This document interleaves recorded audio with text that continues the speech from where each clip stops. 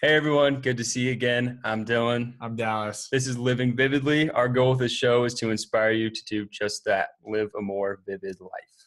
And in this episode, we sit down with Emma Wynne, an awesome travel blogger.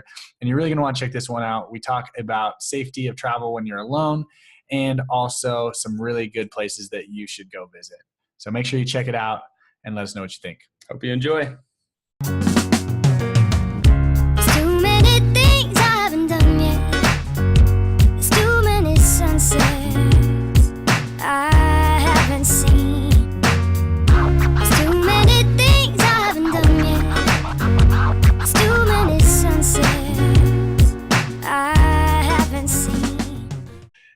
We're with Emma Wynne today. She's an incredible travel blogger who has a really cool story that we're excited to share. Emma, thanks for coming on. Do you want to give everyone kind of a quick rundown of who you are and what you do? Yeah, cool. Thank you for having me, guys. So I guess about 1.5 years ago, I was working in marketing and advertising and was 29, almost 30, and just kind of decided that I was ready for a bit of a change. And so booked a one-way ticket to South and Central America and spent the last 1.5 years traveling around there. And while I was there, started travel blogging just to kind of share my experiences with people. While I was over there, I was looking up a lot of travel blogs, and I think I found a lack of really simple, like snackable content, things to do that was true and not fluffy. I find the Lonely Planet's a little bit too fluffy. So wanted to, just give people really, really easy content to read that I like to read as well. So since then I've been traveling home in Australia at the moment and moving over to the UK in about a month. What are you doing in the UK? Well, I am looking to do some more travel in Europe and also do some work. So pick up some marketing work and things like that. That's so Awesome. Cool. Have you been there before? I'm assuming so. I've been to London a couple of times and Scotland, but haven't been for a while. But it's a pretty normal thing for Aussies to do. We get a free 2-year visa. So we don't. The only criteria you have to meet is that you're Australian and that you're under 31. So a lot of Aussies head over there. Nice. That's awesome. That'll be cool. That'll be fun. Okay. Before we dive in normal, we have some personal questions for you. Personal in that we're excited, but also a little bit nervous about this volcano hike, volcano in Guatemala called Acatenango. And we've heard you've done it before. Yes, I have done. I have done it. I feel really sorry for you guys that you're doing it. Why are you? Tell us all about it. Why are you? Yeah, you guys freaked out. You got to give us the lowdown. Why are you sorry for us? Look, first thing I need to say is that when I finished it and I was back home, I was really happy that I'd done it. But it's pretty much one of the worst hikes I think I've ever done.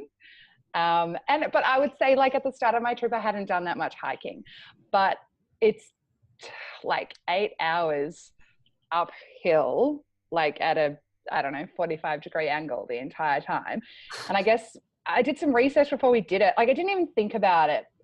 It was an activity that was an option and just put my hand up for it and thought, yeah, that'll be fun. And then we did some research. They said the first 10 minutes would be pretty steep, but then after that it flattens out. But what I didn't realize is that a volcano obviously is never going to flatten out. You're always going to be on an So, oh my God, it was just terrible. And then halfway up you hit altitude. So you can't breathe properly. But it's really amazing. You have the opportunity to watch Fuego, which is the volcano opposite, erupt at sunrise. And I did it actually overnight. So I started hiking at 11 p.m. and we finished at about 7 a.m. So I don't know which version you guys are doing if you're staying overnight on the volcano. Yeah, we're camping. I would highly recommend doing it that way. I don't know why we did it the other way. But one piece of advice I got from other people who did the overnight hike was to take a lot of warm clothes because it's absolutely freezing. when you're sleeping up the top there. So something to keep in mind. All right. But the view is worth it though. It's incredible. Like, it's one of the most amazing things I've ever done, but oh my God, it was so tough. And I don't think I'd really prepared myself for it to be that tough, but you know, everyone in the group got there in the end. And it was all, you know, varying degrees of physical abilities. So it's definitely possible. It was just one of the hardest things I've ever done. All right. That's good to know. That's kind of what we've been hearing, but Yeah. we're from Idaho. So we do a decent amount of backpacking Yeah. at least in the summer. Yeah. I'm sure you guys will be fine. Just, yeah. Oh my we God. should live at least, right? Yeah. We'll make it off. Yeah. Yeah. You should, as long as you're warm enough. There were some people that died from like hypothermia a few months after I did it. So just make sure you're warm enough. Yeah. Make sure you're warm enough. We will, we will do that for sure. Oh my gosh. Okay. Now how about another highlight from Guatemala then? What else? What do you love? What do you love about Guatemala? What's your favorite thing or favorite? Well, I spent a month in Antigua learning Spanish. So I did a homestay, stayed with one of the local families, and I just loved Antigua. Like, it's a city, or a small city, surrounded by 3 or 4 volcanoes, which is, I'd never seen a volcano until I went to Guatemala. So that was like pretty cool for me to be surrounded by like 3. And then you've got Fuego that erupts like every few weeks. So you're kind of sitting at home and suddenly you start hearing a few bangs and look out the window and there's a volcano erupting, which is pretty insane.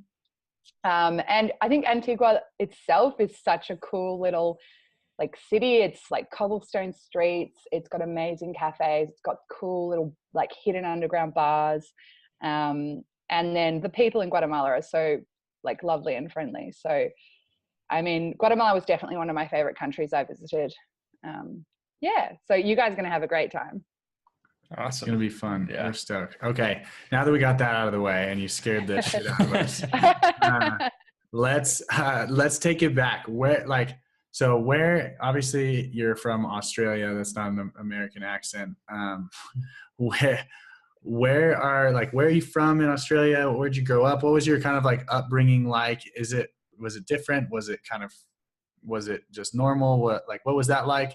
And how did that lead into, you know, after high school and into advertising and now travel blogging? Like, give us the story. All right. So I grew up in Melbourne, which is almost the most southern state of Australia. There's a little island underneath called Tasmania that I think a lot of people forget about. But Melbourne is in Victoria, which is right at the bottom. If you think about Australia, it goes like that. And then at the bottom, there's Melbourne. Mm-hmm. So grew up there, pretty standard, like one of 4 kids in the family. But I think being Australian, travel is like a big thing for us, and pretty normal amongst most of my friends and family. I think it's geographically because we're so secluded. If you leave, you have to leave for a long time. So the first proper travel I did was at uni. I actually went over to the States for 6 months and studied at the University of Miami, which was pretty insane. My friend, who's got red hair and quite fair skin, wanted to go to Switzerland, and I convinced her that we needed to go to Miami for all the sun, which she can't be in the sun very long, so it wasn't very nice of me. But we had an amazing time. And then I actually ended up taking because I was studying business and marketing, and while I was there I ended up taking an advertising class and thought it was pretty cool.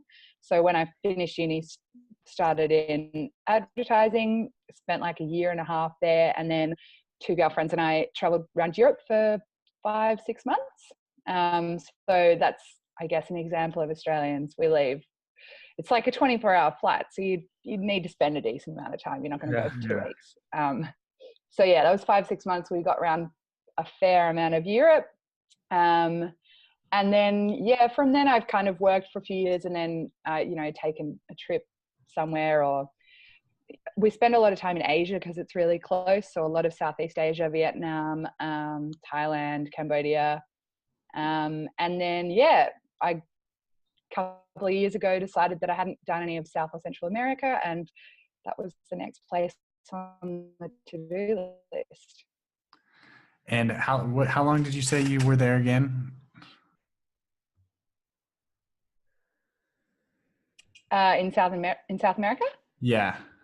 Oh, sorry. I was there for 15 months. Wow. Wow, that's definitely. Yeah. Sorry, yeah, it was a long time. A little lag. I didn't expect it to be that long. Yeah, I know. It seems to be like freezing a little bit.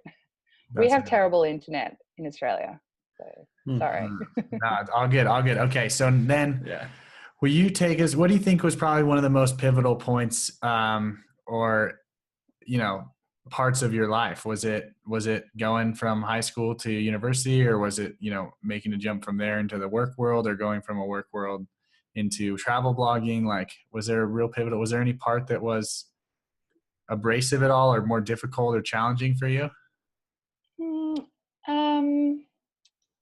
I'm trying to think. I mean, I guess probably leaving uni and heading into full-time work was probably the biggest change. I don't think anyone can really understand it until they've done it. Like, it's such a different way of living, kind of. I guess, uni, you have 12 contact hours a week or something like that. And, you might work part-time and go to uni. But when you're working full-time, getting in that routine 5 days a week, 9 to 5, or if you're working in advertising, you're probably working 8 till like 6:37. And I think that's kind of the like biggest life change in, I guess, just daily life. Yeah. And then also finding your first job can be really difficult as well. Like, I've never been for so many interviews. And then once you get your foot in the door, you seem to be fine. So that's probably, the most tumultuous. So how did you decide that you wanted to leave advertising and get into travel blogging? I don't think it was a conscious decision. It was just more, I was traveling and I wanted to keep my mind working. And blogging seemed like a good way to do it. And then, like, did people just start giving you money to travel blog, or like, how are you like, I'm going to make a living doing this too? Well, I had a lot of savings. So I saved for a long time for the travel, and it is quite hard to monetize a blog. I found it quite hard. So I'm definitely not living full time off it. I come home and do a bit of freelance work in advertising. And so, yeah, it's quite a difficult thing. And you've really got to research and really put a lot of time in as well. So yeah, it's definitely something I'm still working on and haven't perfected at all. Do you have like professional training in writing, or you just kind of learn it as you were going? Or yeah, do you know what, the writing part isn't the part that interests me the most. I really enjoy the marketing side of it. So I really enjoy setting up where the traffic's coming from, looking at, what's going on, what's working well, what's not working well, improving things, fixing mistakes. So yeah, the writing part is just like, I kind of try and write as quickly as possible and make it as painless as possible. And then, I really enjoy the other parts of it. So, which is really weird. But That's funny. That's like, I mean, I wonder how many people actually start out that way rather than like starting out liking to write and then have to learn. Probably not many. It's kind of a nice advantage though. Yeah, well, that's kind of why I thought, like, why not? And it was also kind of, when I got home and wanted to work again, to be able to say to people, I traveled for the last year and a half, but while I was traveling, I did all this, I improved my marketing skills, and so it's kind of a no-brainer. It was also great when I was traveling by myself. It gave me something to do. If I didn't want to go and do activities one day, I'd sit in a cafe and write and work on my blog all day. So it was actually quite a nice thing to have while being by myself. Yeah. So how long before you started actually getting like paid or like getting some sort of kickback for what you're writing about?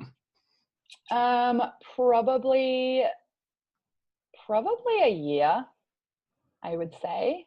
And I know some people it takes much less time, and some people it takes much more time. But yeah, I would say it's taken a year to get the traffic up high enough to actually learn the best ways to be making money. So like affiliate marketing is a big one, and it's really good because it's a passive form of income. But you know, when you first start blogging, you might not know about that as an option, or you might not know how to best use it on your site. Or like I've been doing affiliate marketing with booking.com, and like 2 months ago I decided to change the way I was presenting all of my links, and then my income's like increased a huge amount just because of that one small change. But if you kind of don't think of it, or you don't know what you're doing, then you may not see results. So research and listening to podcasts is so helpful for anyone that wants to start a blog. Like there's so many fantastic resources out there. So that's, if anyone asks me about starting a blog, I usually tell them, before you do anything, research before you even buy a domain. What's some of your best resources that you could, spit out for people that are listening? Yeah. Where would you start? The Pro Blogger podcast is amazing. Podcast. Okay. There is an Australian girl. I think most people I listen to are Australian for some reason. There is an Australian girl called Sharon who has some really good. She has a really good website for SEO. I can't remember what it's called off the top of my head, but maybe I'll let you guys know and you could add it to the show notes. Yeah, we can add it to the show notes for sure. Yeah. Yeah, I think that's the two I can think of. There was this really fantastic podcast that I was listening to at the very start, and I'll find that for you as well, and you can add it. Yeah, podcast is best for me because I feel like you can listen to it on a bus, or you don't have to be like, people feel sick on buses, they can just listen to a podcast. So there's fantastic resources out there. That's awesome. Did you have a question? Mike, so I have another question for you. Why do you think traveling, like, I know that's a really broad question, but I mean, it's a big deal for you to, leave a job that's probably paying you pretty good to either, you're going to spend all your savings traveling and doing that. That's a big life decision to make. Like, why did you decide to make that decision? That's a good question. Well, I guess I was 29 and I was getting closer to 30, and I was kind of like, if I don't do it now, I'm never going to do it. So that was a big push. And I also, I guess I tend to just decide to do things. And then once I've decided, I just have decided that I'm doing it. And then I just put the steps in place to make it happen. It's a weird thing that I do. I don't know why. So it was like, I think it was a decision I didn't think a whole lot about, and I didn't worry about. I didn't worry about if I ran out of money. I was just like, well, if I run out of money, I'll come home, live with my parents for a while, and get another job. And I wasn't too worried about not being able to find another job. I just, assumed the best. That's the way it should be. That's how you get it done, right?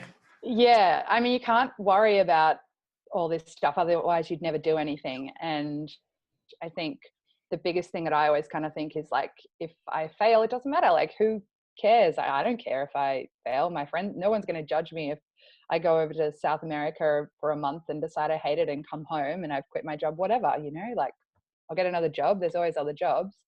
So I guess it was just more like, it was an experience that I felt I needed to have before I had to get serious about life. And I don't think I thought too much more about it. Nice. Well, it seems to have worked out pretty well. Yeah, hopefully. Has it been a good 16 months? Yeah, it's been fantastic. And I think one of the great things about traveling by myself was that I really got to kind of understand and learn more about, what I like, what I don't like. And I guess like, even like if I don't want to do something, when you're traveling by yourself, you just don't do it. If like you don't feel like going out that night, you just don't go. But when you're, with friends, it can be really hard to make those decisions. So I think that was quite good for my own kind of self-learning. Yeah, for sure. How about, so traveling alone, and you went to a lot of different countries that, you know, many people consider unsafe to go to. I know a lot of people, especially here in the United States, the media kind of portrays certain countries as scary and, you know, you don't go there, you know, sort of thing. Yeah. Guatemala can have that reputation a lot of times. Talk to me a little bit, talk to us a little bit about safety and travel and your perception of traveling. You've traveled to so many places, especially solo, and, you know, as a female too. What do you think of that? What do you think of safety in traveling, and what's your perspective? I think at the end of the day, you just need to be smart. Don't put yourself in situations that could be dangerous. One of the biggest things that I always did was, if I was getting off a bus, I would always know where my hostel was, and I would use maps.me, which is it's an app that offline maps app. I would always have the place downloaded where I was going. I would always have my hostel put into the, as a pin. And so I would always know where I was going as soon as I got off a bus or off a plane or anything like that. I feel as a female traveling alone, that's especially helpful. Like, you're getting in a cab, or going with someone that you have no idea if you can trust. So it makes you feel a lot safer just to be able to follow the map and know that they're not driving you in the complete opposite direction. Yeah.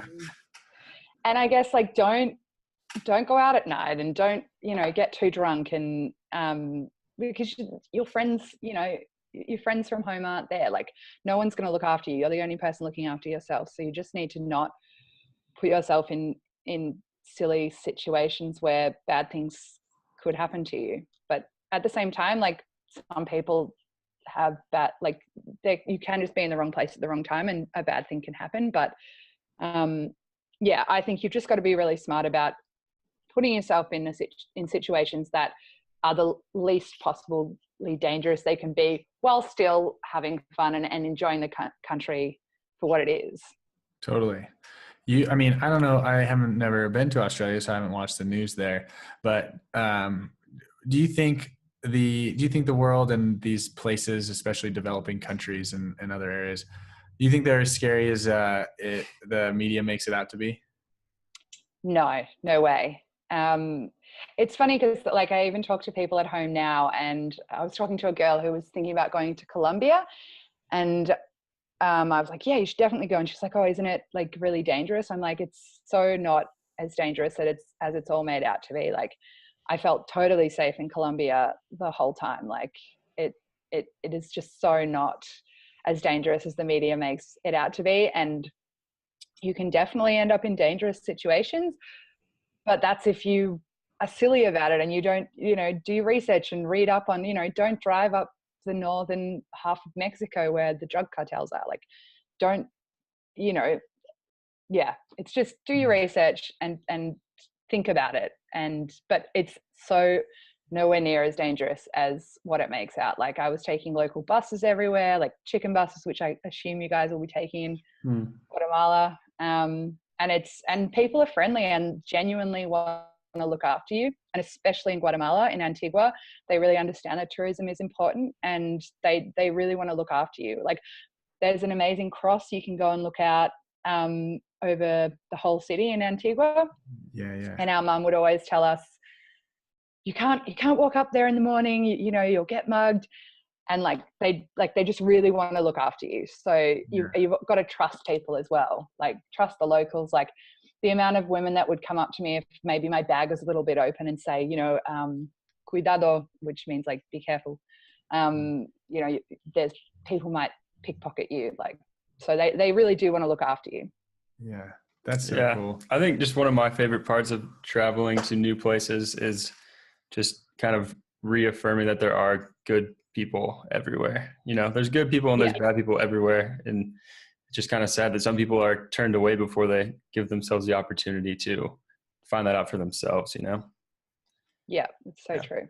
Mm-hmm. Totally. I think that, that's a good question. We've talked to some people on the podcast too about traveling, but we haven't talked about safety a whole lot.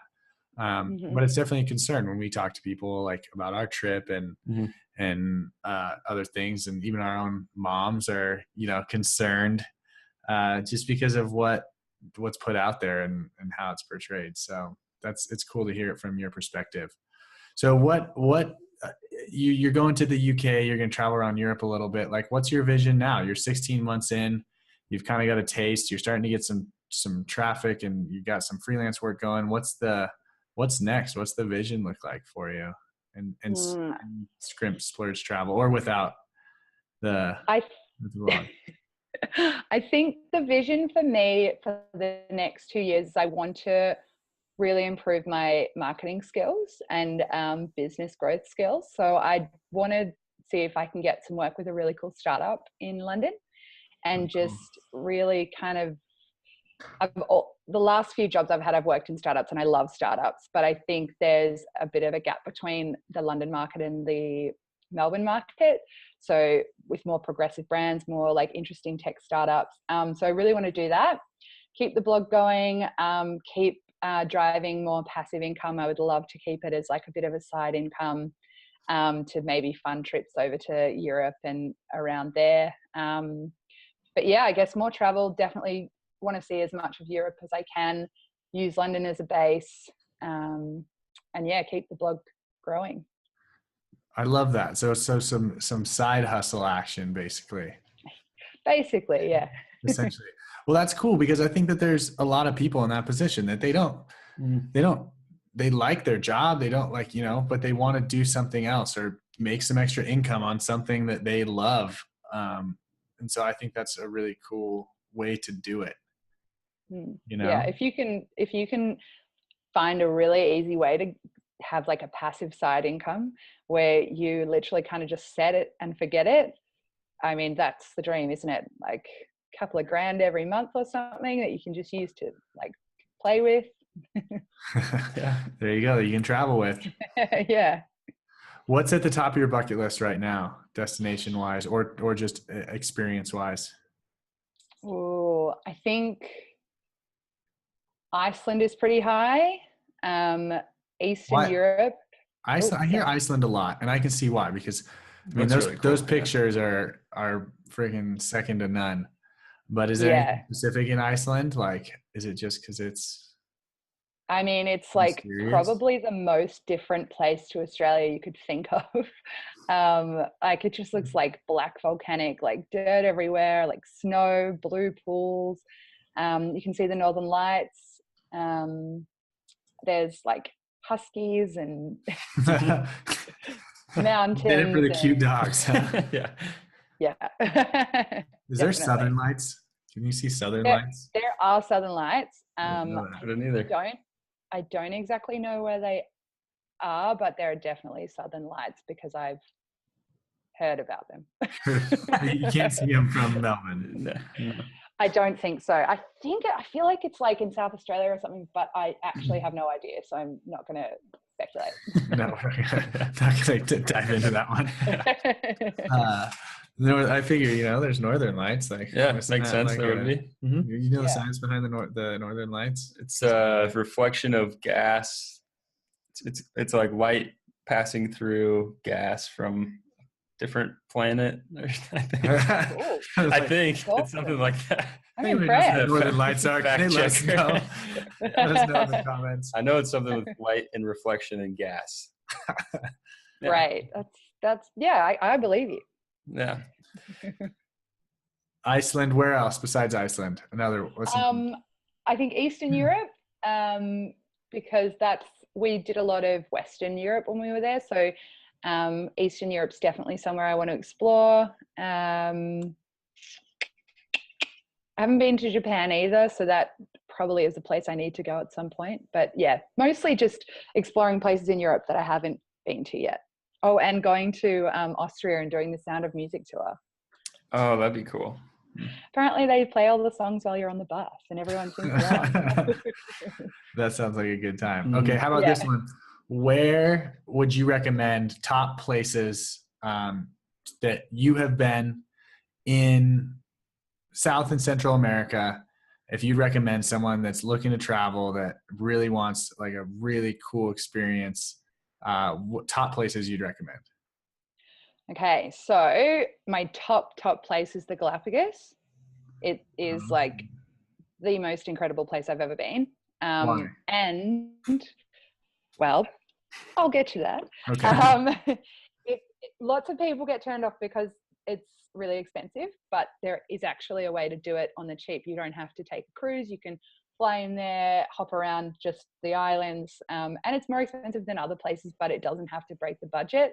Like I volunteered in a hostel, in a hotel, so I got free accommodation and free breakfast. Like there's so many ways to get around it, and the experience is just worth it. But the reason it's so cool is that I have never been anywhere where the nature, like an animal life, is just so incredibly dense, and they are not scared of you at all. Like there's this one island, San Cristobal, where you literally walk off the ferry and there are just sea lions everywhere, like walking along the street, sleeping on benches. Like you get in the water and there's sea lions swimming around you. Yeah, it's insane, like insane. And then you like can go, like I did like a 45-minute hike to this secluded beach. I was the only person on the beach all day.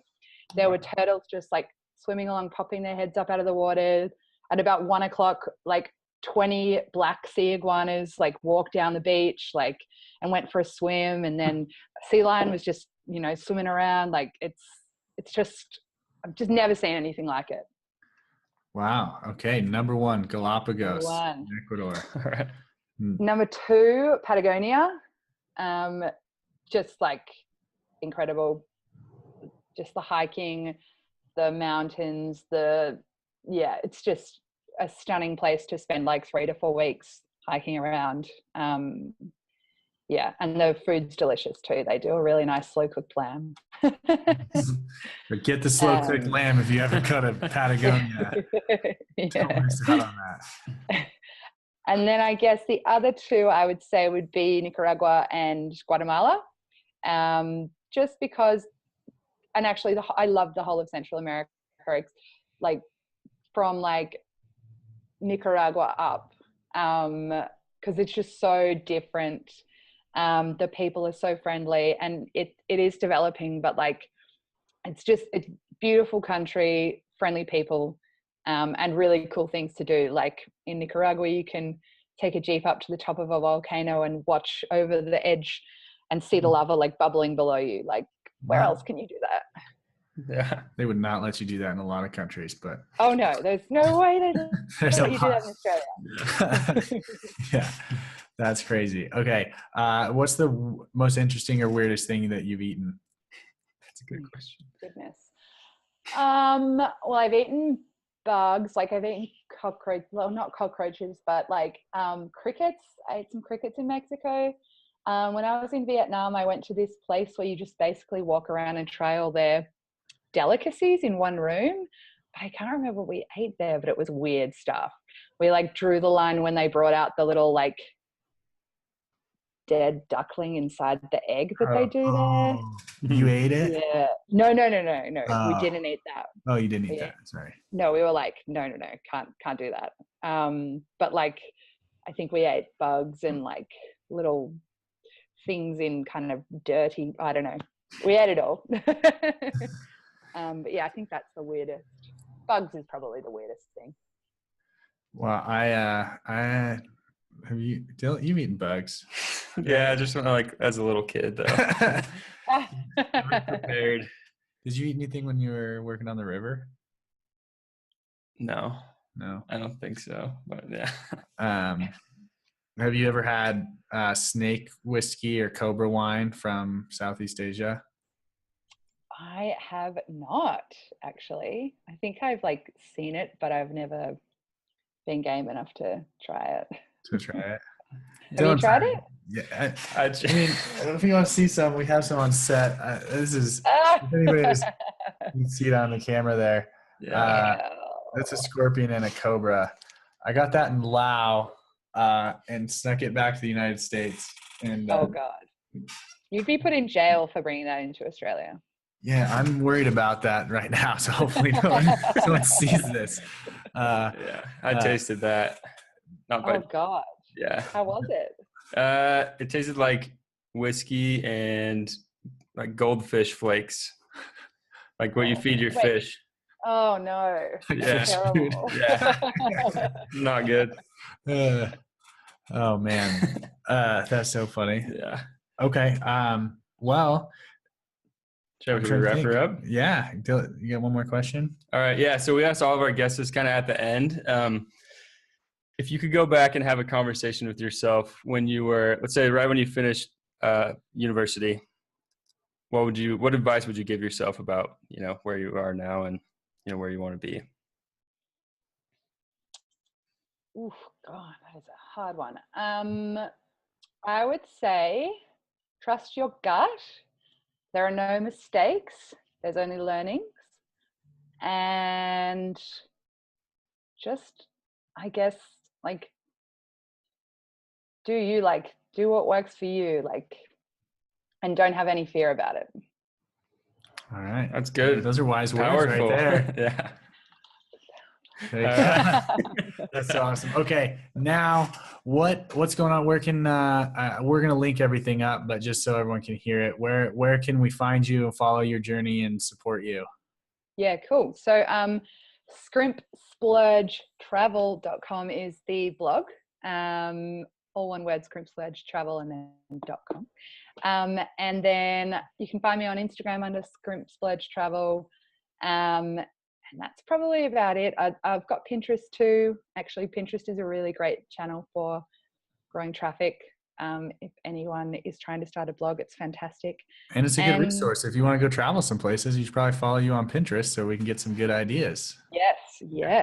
Do it. Yeah, that's about it. Just those 3 places. Well, rad. Thank you so much. This is a fun one for us. Yeah. I'm really excited that you have us scared to death for I know. Good luck. You guys will be fine. And it's gonna be the best. As we continue to adventure south, we will definitely probably be calling you for some tips.